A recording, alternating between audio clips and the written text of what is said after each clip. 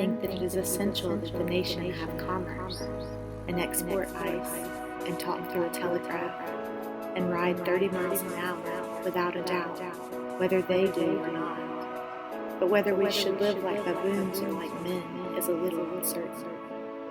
If we do not get out sleepers and forge rails and devote days and nights to the work, but go to tinkering upon our lives to improve them, who will build railroads? And if railroads are not built, how shall we get to heaven in season? But if we stay at home and mind our business, who will want railroads? We do not ride on the railroad, it rides upon us. Did you ever think what those sleepers are that underlie the railroad? Each one is a man, an Irishman, or a Yankee man. The rails are laid on, and they are covered with sand, and the cars run smoothly over them. They are sound sleepers, I assure you.